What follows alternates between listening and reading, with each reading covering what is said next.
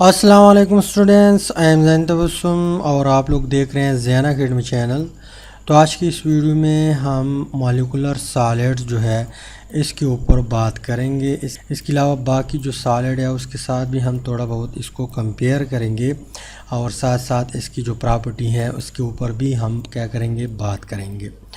तो स्टार्ट करते हैं फर्स्ट वन पॉइंट से कि मॉलिकुलर सॉलिड जो है बनता किस तरह है या किन चीज़ों से बनता है। तो फर्स्ट वन पॉइंट आप लोगों ने नोट करना है। तो फर्स्ट वन पॉइंट है कि molecular solid consist of atoms और molecules held together by van der Waals forces. यहाँ पे नाम से इस तरह इंडिकेट करता है कि शायद मॉलिकुलर सॉलिड मॉलिक्यूल से बना होगा, लेकिन यहाँ पे बात लिखी हुई है कि मॉलिकुलर सॉलिड एटमो से भी बन सकता है। एटमो से बन सकता है, मॉलिक्यूल से तो बन सकता है, लेकिन साथ साथ एटमो से भी बन सकता है। और वो एटम या वो मॉलिक्यूल वो हील टुगेदर होंगे, यानी एक साथ जो होंगे किस वजह से होंगे, bye van der Waals forces. अब वैन डर वाल फोर्सेस क्या भला है, इसको मैंने ऑलरेडी डिस्कस किया हुआ है। आप लोग वैन डर वाल फोर्सेस साथ में ज़ैन अकेडमी लगाए, सर्च करें यूट्यूब में तो आपको मेरी वीडियो मिल जाएगी। लेकिन यहाँ पे जो मॉलिक्यूल के बीच फोर्स ऑफ अट्रैक्शन होती हैं, कोवेलेंट, आयनिक, कोऑर्डिनेट कोवेलेंट या मेटालिक बॉन्ड के अलावा बाकी जो अट्रैक्शन है उसको हम वैन डर वाल फोर्सेस कहते हैं, राइट। अब एटम जो है, एटम की मिसालें कौन कौन से हैं। एक ग्रुप है पीरियोडिक टेबल में जिसको हम नोबल गैसेस कहते हैं, जिसमें फर्स्ट वन मेंबर जो है वो है हीलियम, सेकेंड नियॉन और फिर है आर्गन, क्रिप्टॉन, ज़ीनान वगैरह। ये जो ग्रुप है ये नॉर्मल सिचुएशन में यानी नॉर्मल टेम्परेचर और प्रेशर में गैसेस फॉर्म में एग्जिस्ट करते हैं, पर अगर हमने कंडीशन चेंज किया तो ये सॉलिड में कन्वर्ट हो सकते हैं, या इन्वायरमेंट ने ऐसे कंडीशन प्रोवाइड किया तब भी ये सॉलिड में कन्वर्ट हो सकता है।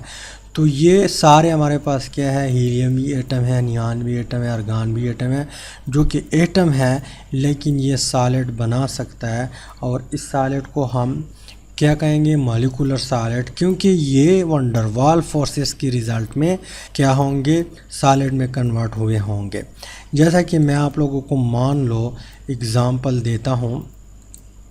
ये हमारे पास क्या है, एक हीलियम मॉलिक्यूल एटम है, ये भी हीलियम एटम है, ये भी हीलियम एटम है, ये भी हीलियम एटम है, हीलियम हीलियम हीलियम हीलियम बला सारे एटम यहाँ पे पड़े हुए हैं।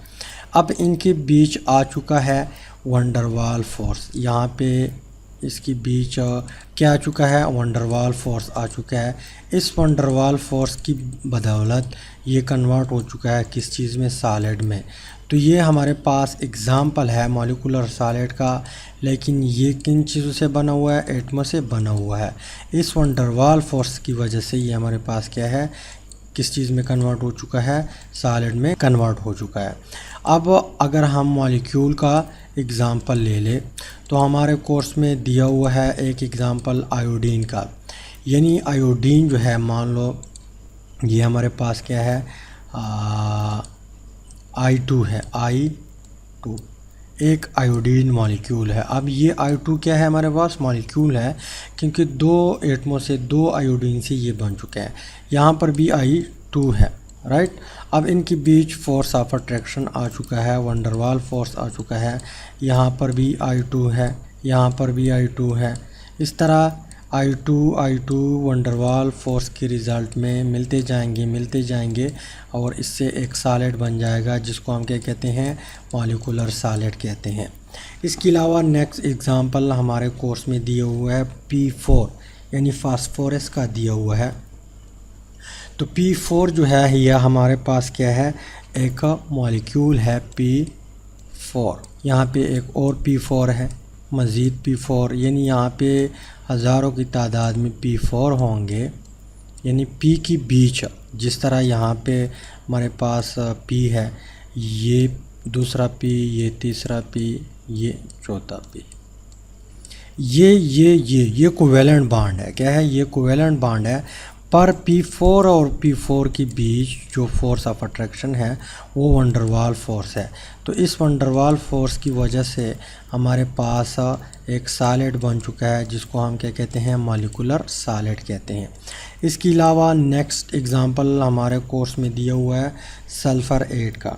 सल्फ़र 8 हमारे पास एक मॉलिक्यूल है। क्या है? मॉलिक्यूल है। जैसा कि मैं आप लोगों को दिखा दूँ, ये हमारे पास सल्फ़र है। सल्फ़र ये कोवेलेंटली बॉन्डेड है किसी और सल्फ़र के साथ, ये किसी और सल्फ़र के साथ, फिर सल्फ़र, यहाँ पे सल्फ़र और यहाँ पे भी सल्फ़र। तो ये हमारे पास जिसको हम क्या कहते हैं? टोटल 8 सल्फ़र है। इसको शॉर्टकट हम इस तरह लिखते हैं S8। एक S8 है, दूसरा S8 है, यहाँ पे तीसरा है, चौथा है, पांचवा है, छठा है। हज़ारों लाखों की तादाद में S8 आपको यहाँ पे नज़र आते हैं और इन सब के बीच फोर्स ऑफ अट्रैक्शन है जो कि वंडरवाल फोर्सेस है। इस वंडरवाल फोर्स की वजह से यहाँ पे सॉलिड बन चुका है जिसको हम क्या कहते हैं? मॉलिक्यूलर सॉलिड कहते हैं। अब ये भी मॉलिक्यूल का एग्जांपल है, ये भी मॉलिक्यूल का एग्जांपल है।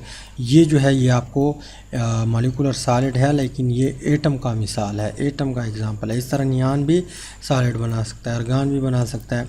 इसके अलावा हमारे पास H2O जो है, जो आइस है, आइस सॉलिड, वो सॉलिड स्टेट में होता है ना। तो यहाँ पे H2O अगर हम देख लें, मान लो ये एक H2O है, दूसरा H2O, सॉरी यहाँ पे इसके बीच हाइड्रोजन बॉन्डिंग होता है, H2O। तो यहाँ पे इनके बीच हाइड्रोजन बॉन्डिंग प्रेजेंट होता है जो कि हम ऑलरेडी इस चैप्टर में और प्रीवियस वीडियो में डिस्कस कर चुके हैं कि हाइड्रोजन बॉन्डिंग क्या भला है। हाइड्रोजन बॉन्डिंग को हम वंडरवाल फोर्स भी कहते हैं। तो इनके बीच आता है force of attraction, hydrogen bonding है, तो यहाँ पे बनता है सॉलिड जिसको हम आइस नाम देते हैं। इसके अलावा शुगर जो है ये भी हमारे पास एक एग्जांपल है, लेकिन शुगर जो है एक यूनिट दूसरी यूनिट के साथ कोवेलेंटली अटैच है पर उनके बीच भी क्या होता है? हाइड्रोजन बॉन्डिंग प्रेजेंट होता है।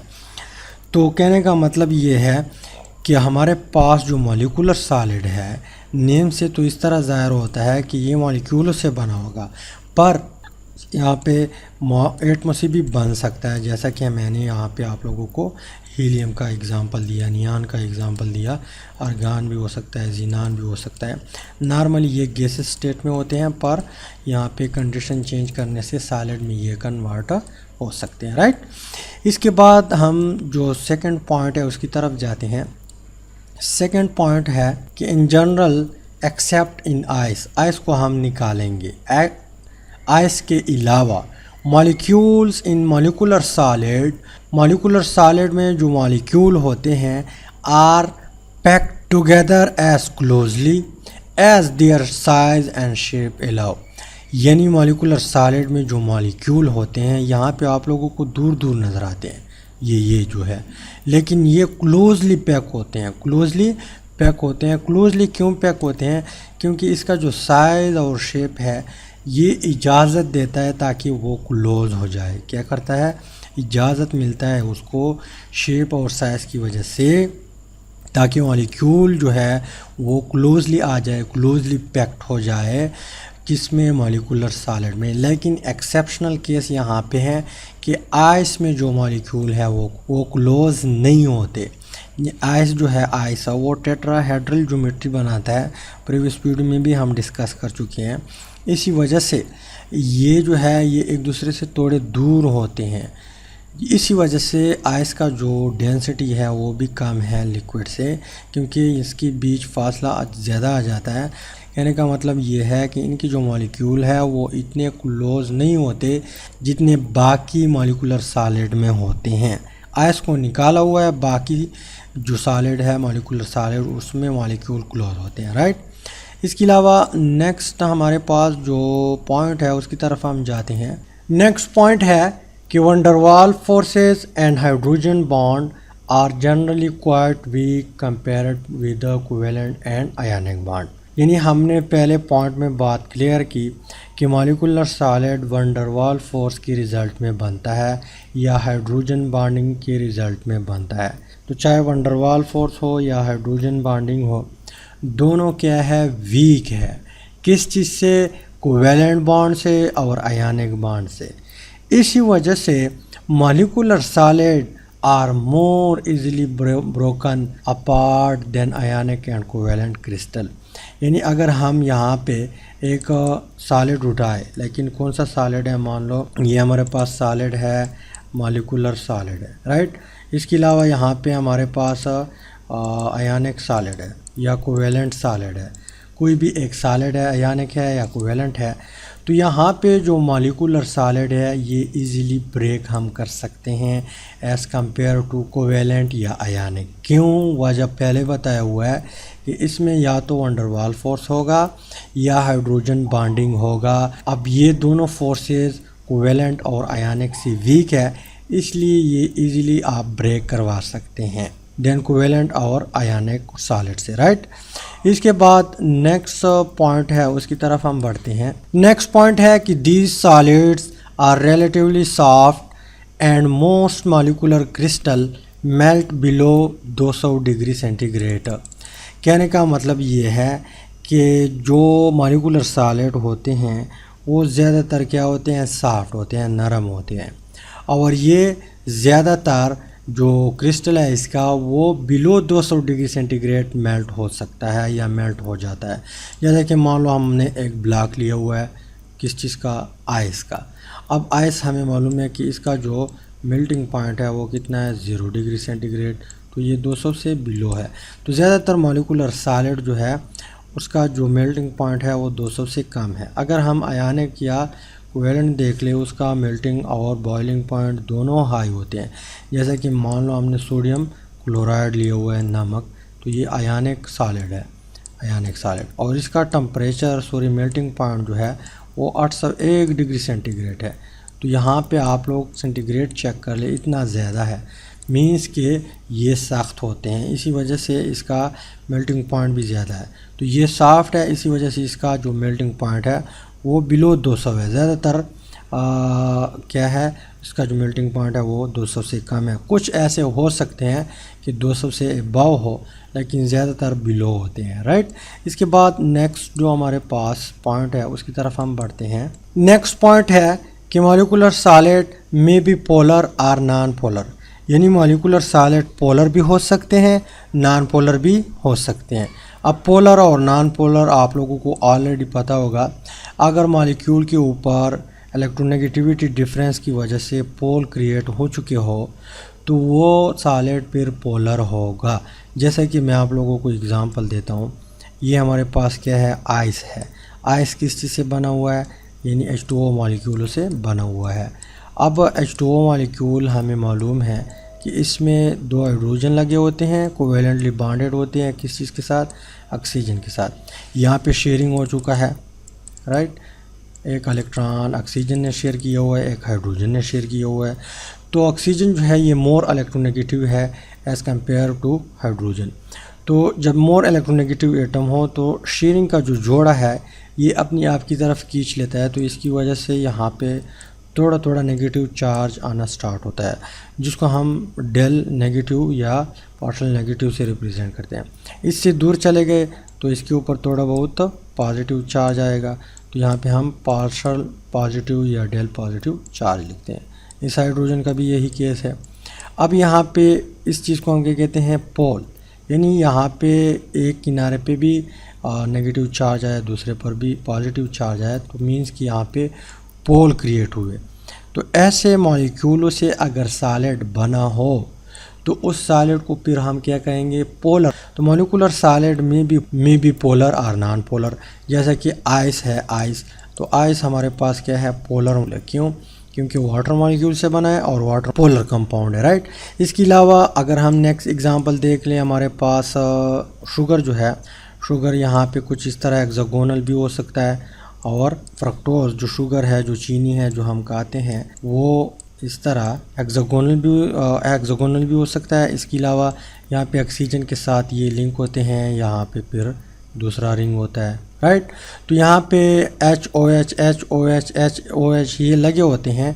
मान लो यहाँ पे OH है, OH, तो यहाँ पे मोर इलेक्ट्रोनेगेटिव एटम है हाइड्रोजन से ऑक्सीजन, तो partial negative partial positive, right. इस तरह इस साइड पर भी OH होते हैं। अभी मुझे एग्जैक्ट स्ट्रक्चर याद नहीं है, आप लोग गूगल में सर्च कर सकते हैं फ्रुक्टोज का। इसके अलावा इस तरह स्ट्रेट चेन में भी हो सकता है। तो कहने का मतलब ये है कि यहाँ पे हाइड्रॉक्सिल ग्रुप लगा हुआ है, इसी वजह से यहाँ पे इसके ऊपर पोल है। तो मीन्स कि शुगर जो है ये भी हमारे पास पोलर कंपाउंड है, और पोलर कंपाउंड जब आपस में मिक्स होके सॉलिड बनाए तो वो फिर पोलर सॉलिड होगा।